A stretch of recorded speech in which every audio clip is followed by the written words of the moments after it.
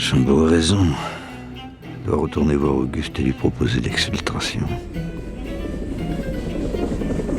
Quid du son?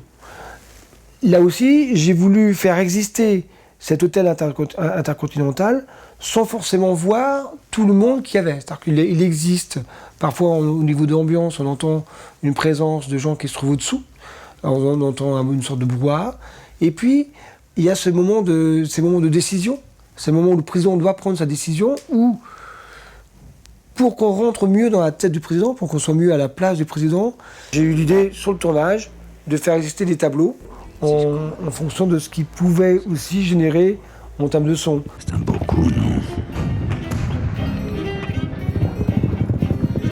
Exfiltrer Auguste. Dénoncer la corruption.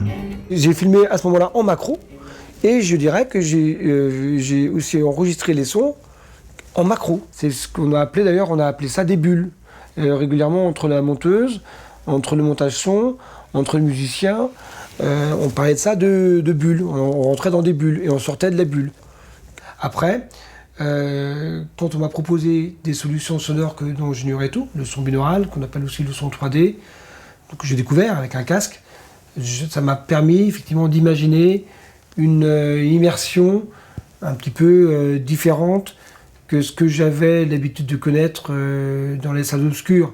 On a testé le son binaural il y a très longtemps, je veux dire très en amont dans le projet, et on s'est dit c'est formidable comme outil d'immersion pour le public.